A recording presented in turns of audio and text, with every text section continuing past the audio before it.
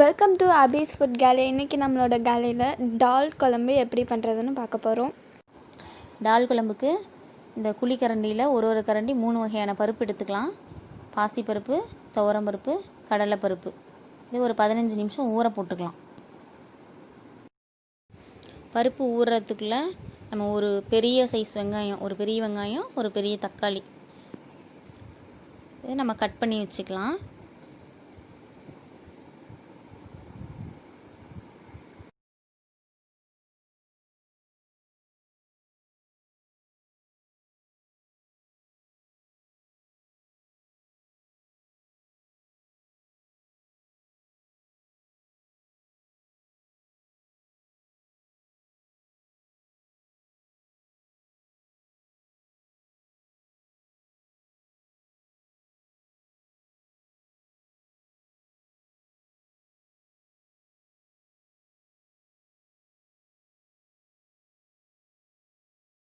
அதுக்கப்புறம் நம்ம இஞ்சி 4 பல் பூண்டு தட்டி பேஸ்ட் பண்ணிக்கலாம்.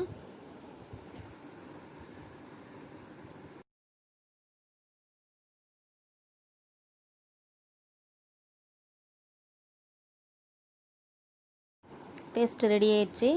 இதை எடுத்து வச்சுக்கலாம். நம்ம அதுக்குள்ளே பருப்பு ஊறி இருக்கும், அதை குக்கரில் மாற்றிக்கலாம். தேவையான அளவு தண்ணி விட்டுக்கிட்டு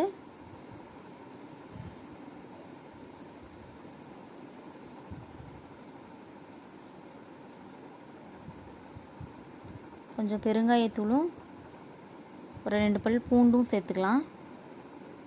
ஏன்னா துவரம் பருப்பு சேர்த்திருக்கோம், அதனால் அது கேஸுங்கிறதுனால ஒரு 2 பல் பூண்டு சேர்த்துக்கிறேன். மஞ்சத்தூள் வேணும்னா சேர்த்துக்கலாம், இல்லைன்னா நம்ம குழம்பு தாளிக்கும் போது கூட சேர்த்துக்கலாம். நான் மஞ்சத்தூள் சேர்க்கல, குக்கரை வச்சுருக்கேன். ஒரு விசில் விடுங்க போதும். கொஞ்சம் பருப்பு பாதி வெந்து வேகாமல் தான் இருக்கணும். நம்ம சாம்பாருக்கு வைக்கிற மாதிரி நல்லா மசியக்கூடாது. பாருங்கள், பருப்பு ரெடி ஆயிடுச்சு. பாருங்கள், கடலைப்பருப்புலாம் பாருங்கள் முழுசாக இருக்குது. துவரம்பருப்பு பாதி வெந்து வேகாமல் இருக்குது. நம்ம சாம்பாருக்குன்னா நல்லா மசிய விடலாம், அதனால் இதே போதும். இப்போ நம்ம தாளிச்சிக்கலாம். எண்ணெய் விட்டுக்கலாம், கடுகு சேர்த்துக்கலாம்.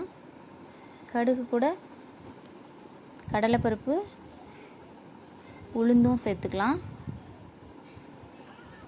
நீங்களாம் மிக்ஸ் பண்ணி வச்சுருந்தீங்க, கடுகு உளுந்து அப்படியே சேர்த்துக்கலாம். நான் தனித்தனியாக வச்சுருக்கிறதுனால தனித்தனியாக போடுறேன்.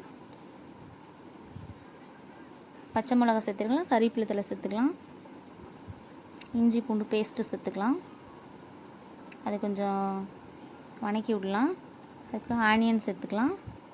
ஆனியனும் தக்காளியும் வேகிறதுக்கு கொஞ்சம் உப்பு சேர்த்துக்கணும். இப்போ தக்காளி சேர்த்துக்கலாம், கொஞ்சம் உப்பு சேர்த்துக்கலாம். அப்போ தான் அது கொஞ்சம் சீக்கிரம் மசியும். அதுக்கப்புறம் மஞ்சத்தூள் சேர்த்துக்கலாம். மஞ்சத்தூள் உங்களுக்கு தேவையான அளவு சேர்த்துக்கோங்க. 1/2 டீஸ்பூன் மிளகாத்தூள் சேர்த்துக்கலாம். 1 டீஸ்பூன் கரம் மசாலா சேர்த்துக்கலாம். நல்லா வதக்கி விடுங்க. தக்காளியெல்லாம் ஓரளவுக்கு மசிஞ்சிருச்சு. இப்போ பருப்பு சேர்த்துக்கலாம்.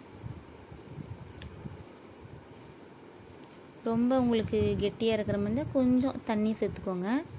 அது ஒரு 5 நிமிஷம் வெந்துச்சுன்னா கொஞ்சம் உங்களுக்கு சரியாக போயிடும். தேவையான அளவு உப்பு சேர்த்துக்கலாம்.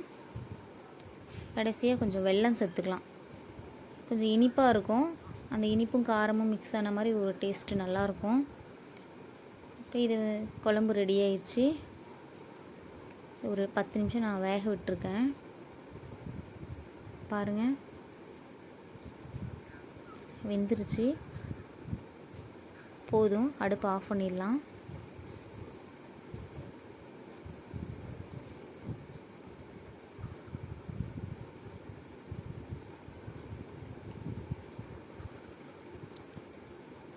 இப்போ வேறு பாத்திரத்தில் மாற்றிக்கலாம்.